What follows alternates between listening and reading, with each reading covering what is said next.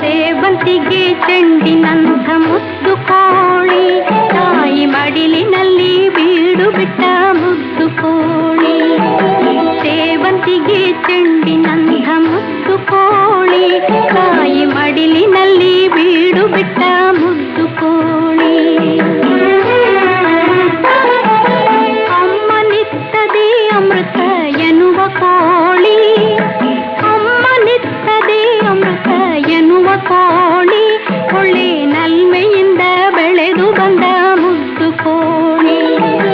ಸೇವಂತಿಗೆ ಚೆಂಡಿನಂಥ ಮುದ್ದು ಕೋಳಿ, ತಾಯಿ ಮಡಿಲಿನಲ್ಲಿ ಬೀಡು ಬಿಟ್ಟ ಮುದ್ದು ಕೋಳಿ.